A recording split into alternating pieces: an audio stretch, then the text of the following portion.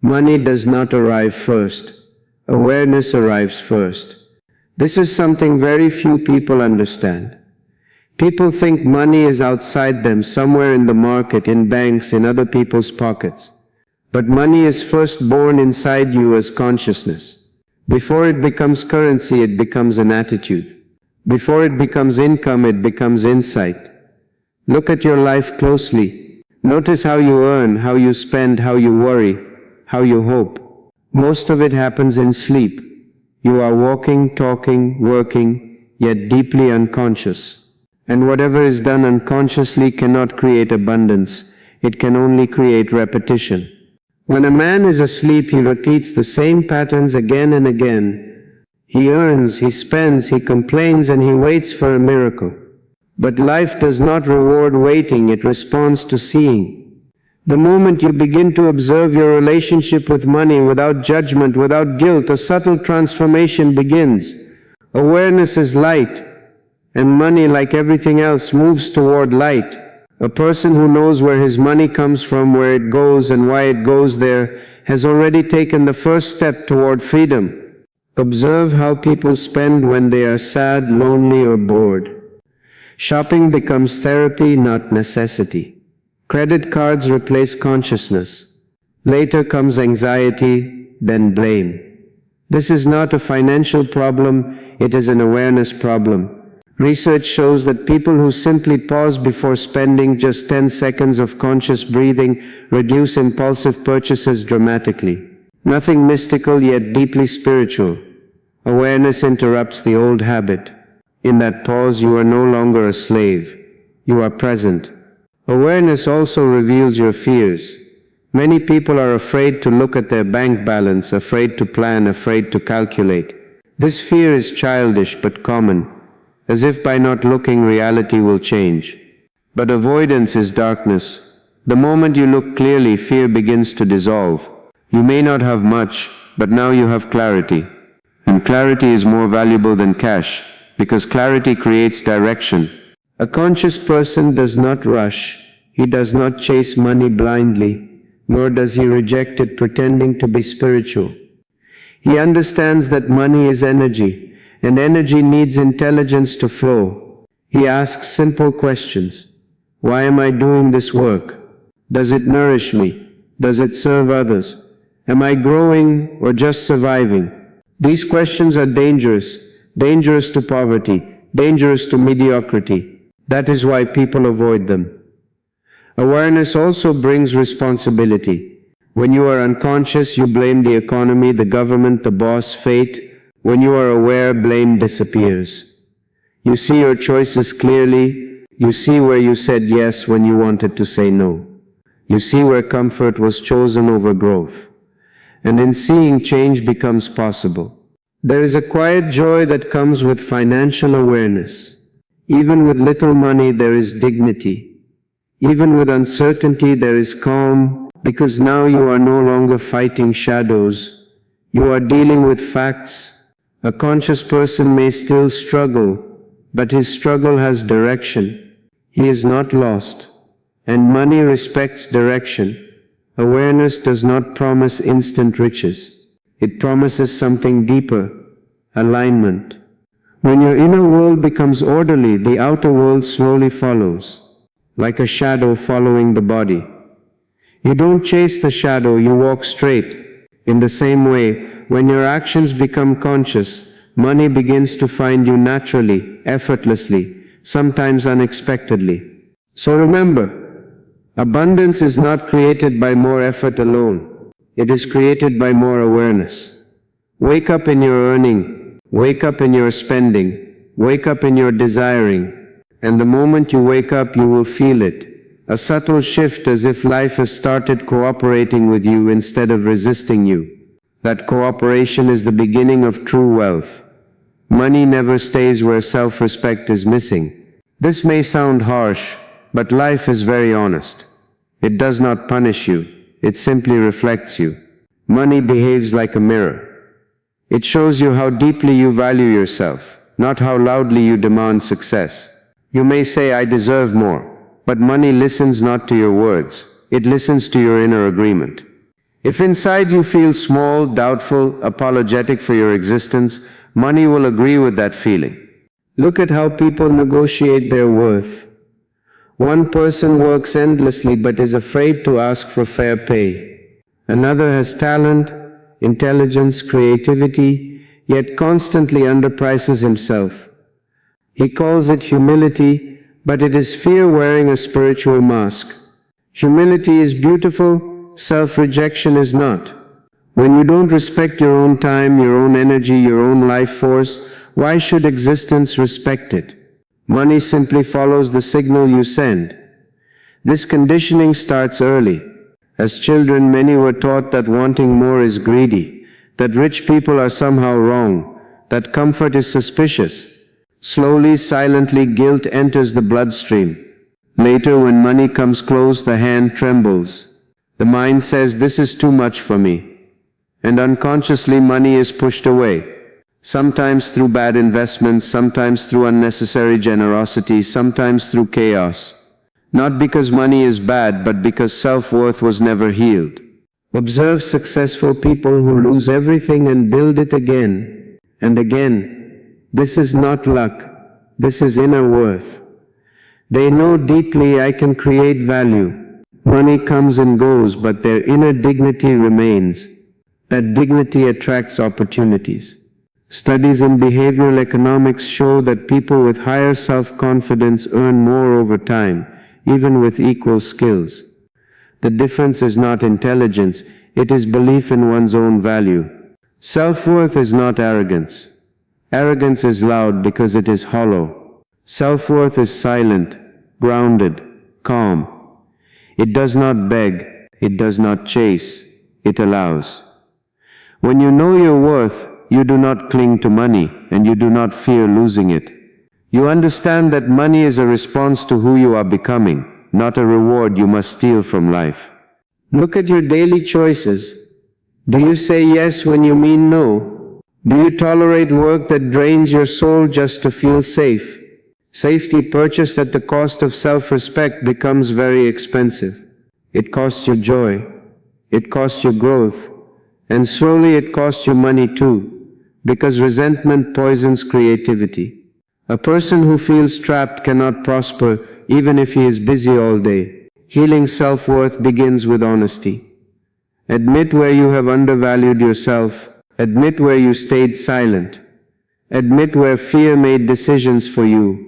This admission is not weakness, it is strength. The moment you see it clearly, change starts. You begin to stand a little straighter. You speak a little more truthfully. You choose work that aligns with you, even if it scares you. Money feels safe around a person who feels safe within himself. Such a person does not need money to prove anything. And that is why money stays. When you stop trying to use money to fill an inner hole, money stops running away. It becomes a companion, not a compensation. Remember, your bank balance is not just a number. It is a reflection of how you treat yourself when no one is watching. Raise that inner standard and the outer reality will slowly, naturally, inevitably rise to meet it. Money does not come to effort alone, it comes to meaning. Millions of people work hard every day yet remain poor, not because they lack discipline, but because their work is disconnected from life. Struggle by itself has no fragrance. You can suffer endlessly, and existence will not reward your suffering. Life responds to contribution, to relevance, to service. When what you do touches other lives, money appears naturally, almost as a byproduct. Look around and observe carefully. The farmer who feeds thousands is never without demand. The teacher who truly awakens curiosity is always needed. The mechanic who solves problems honestly never lacks customers. None of these people may think about money constantly, yet money finds them. Why? Because they are useful. They are aligned with a need. Money moves toward usefulness the way water moves toward the lowest point effortlessly. Society has taught a dangerous lie that struggle is noble and ease is suspicious.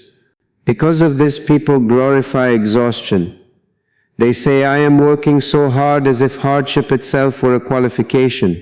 But existence is not impressed by tiredness. It is impressed by intelligence.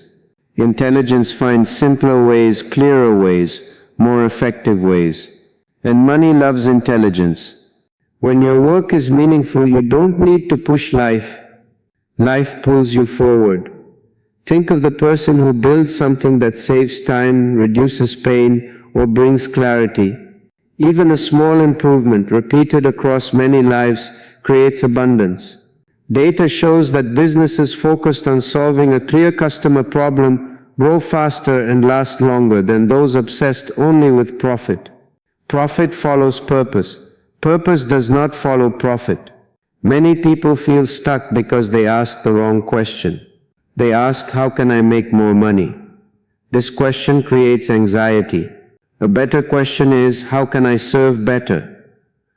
The moment this question arises sincerely, creativity awakens. You begin to see gaps. You begin to notice inefficiencies. You begin to feel inspired. And inspiration is a powerful economic force. Service does not mean self-sacrifice. It does not mean becoming a victim. True service is joyful. It uses your strengths. It energizes you instead of draining you. When you serve from joy, you create value effortlessly. When you serve from obligation, you create resentment. Money senses this difference. It avoids resentment and moves toward joy. Observe your own experience. When you do something you love and people benefit from it, time disappears. You are no longer watching the clock. This state is alignment. In alignment, quality improves. In quality, demand increases. And when demand increases, money follows without conflict. There is no need to manipulate or deceive. Even in modern times, the biggest wealth creators did not invent money, they solved problems. Transportation, communication, health, education, every breakthrough came from seeing human need clearly. The deeper the need, the greater the reward. This is not greed, this is balance. Life gives back what you give forward. If you feel poor, do not only examine your bank account, examine your contribution. Ask honestly, who is better because I exist? What pain am I reducing? What confusion am I clearing? These questions are uncomfortable, but they are transformative. They turn work into worship and effort into elegance. When you stop worshipping struggle and start honoring service, something relaxes inside you. You are no longer fighting life. You are participating in it, and participation is magnetic. Money flows toward those who are connected to life, not those who are merely busy surviving. Remember, money is not impressed by how much you suffer. It responds to how much you matter. The moment your work begins to matter to others, money will begin to matter to you, naturally, quietly, without force. Money becomes heavy the moment fear enters it. Fear makes you cling, and clinging stops the flow. Life moves like a river, but the fearful mind wants to build dams. It says, hold on, save more, control everything. And slowly, unknowingly, it suffocates abundance. Money is not harmed by spending. It is harmed by attachment. Attachment turns money into anxiety instead of support. Observe people who constantly worry about losing money. Even when they have enough, peace is missing. They calculate endlessly, protect obsessively, and still feel insecure. This insecurity does not come from lack of money. It comes from lack of trust. Trust in life, trust in oneself, trust in the future. Without trust, no amount of savings feels sufficient. With trust, even modest means feel abundant. Money wants movement. When it moves with awareness, it multiplies. When it is frozen by fear, it decays psychologically. Hoarded money does not create joy. It creates tension. This is why many wealthy people remain deeply stressed. They are guarding, not living. Their nights are filled with calculation, not rest. Their days are filled with control, not creativity. The price of attachment is always higher than the risk of flow. Look at nature. Trees release fruit freely. Rivers do not store water for tomorrow. The sun does not ration light, and yet there is no poverty in nature. Only the human mind hoards, because only the human mind imagines an uncertain future and forgets the present. Money mirrors this state. When you are present, money feels light. When you are future-obsessed, money feels threatening. This does not mean recklessness. Awareness is not carelessness. It means intelligent circulation. Spend with consciousness, save with clarity, give with joy. Studies show that people who budget intentionally but also allow room for generosity experience less financial stress and greater long-term stability. The secret is balance, not extremes. Tight fists lose sensitivity, open hands feel life. Generosity is not about how much you give, it is about the spirit of giving. A poor man can give with joy and a rich man can give with pain. Money knows the difference. When you give to prove something, it hurts. When you give because you are overflowing, it heals. And what heals always returns in some form. Attachment also shows itself in identity. People start defining themselves by numbers, salary, savings, possessions. The moment money becomes identity, fear becomes permanent, because identity is always afraid of death. Lose the money and you feel you have lost yourself. But if money is just a tool, losing it may hurt, but it will not destroy you. You remain intact. Notice something subtle. When you are relaxed with money, opportunities appear. When you are desperate, doors close. This is not coincidence. Desperation has a smell. Life avoids it. Relaxation has an openness that invites possibilities. Employers sense it. Clients sense it. Even chance encounters respond to it. Many people say, when I have enough, I will relax. But enough never arrives for the attached mind. Relaxation must come first. Only then does enough appear. This is the paradox. Letting go is not losing. It is allowing space for more. Giving wisely, spending consciously, investing thoughtfully. These are forms of participation, not loss. Money that moves with intelligence carries your energy into the world. It works while you sleep. It creates connections. It opens doors you could never open alone. When attachment drops, gratitude rises. And gratitude is magnetic. A grateful person enjoys what he has, and because he enjoys it, it grows. A fearful person guards what he has, and because he guards it, it shrinks inwardly, even if numbers increase. Remember this deeply. Money stays longer with those who are not afraid to let it move. When you stop gripping life, life stops slipping away. And in that relaxed openness, money becomes a companion in your journey, not a chain around your mind. Money is not the source of richness. It is only a reflection of it. True wealth begins inside long before it appears outside. If the inner world is poor, full of comparison, craving, and emptiness, no amount of money will ever be enough. The hunger will only grow. But when the inner world is rich, filled with awareness, gratitude, and joy, money becomes a simple convenience, not a desperate need. Look carefully at people who have achieved great financial success yet remain restless. They move from one desire to another, one goal to the next, never arriving. This restlessness is not created by lack of money, it is created by lack of inner fulfillment. Money magnifies what already exists. If there is peace inside, money amplifies peace. If there is chaos inside, money amplifies chaos. Modern psychology confirms this truth. Studies on happiness show that after basic needs are met, additional income has diminishing returns on well-being. Yet people continue chasing more, believing the next number will finally bring peace. It never does, because peace cannot be purchased, it must be cultivated. Money can buy comfort, but it cannot buy contentment. When you are inwardly rich, your relationship with money changes completely. You are no longer desperate. You are no longer comparing. You are no longer measuring your life against others.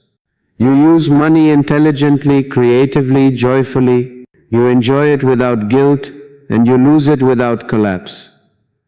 This inner stability is true abundance. An inwardly rich person does not postpone life for the future. He does not say, one day when I have enough I will live. He lives now. And because he lives fully now, his actions are alive. His work has vitality. His presence attracts opportunities. People want to work with him, buy from him, invest in him, not because he is clever, but because he is whole. Notice how children play. They are not worried about tomorrow, yet they are full of energy. That energy is richness. As adults, we lose it by constantly thinking of what is missing. The mind trained to see lack can never see abundance, even when it is surrounded by it. Change the lens, and the world changes. Inner richness also brings patience. You are no longer in a hurry to prove anything. You allow growth to happen organically. You invest in learning, in relationships, in health, without panic. And these investments compound quietly over time. Data consistently shows that people who focus on long-term growth rather than quick gains build more sustainable wealth. Patience is not passive. It is deeply intelligent. Gratitude is one of the highest forms of inner wealth. A grateful person enjoys small things, and because of that enjoyment his life feels big. Gratitude does not make you lazy, it makes you efficient. When you appreciate what you have, you use it better. Waste disappears, care appears, and where there is care, prosperity grows. When money is no longer used to fill an inner emptiness, it finds its proper place. It becomes a servant, not a master. You decide how to use it. It no longer decides how you feel. This freedom is priceless. Many people are rich in money but poor in freedom. Few are free, and those few are truly wealthy. Remember, you do not become rich by accumulating more than others. You become rich by needing less than your awareness provides. And from that fullness, action becomes joyful, work becomes meaningful, and money becomes a natural extension of a life well lived.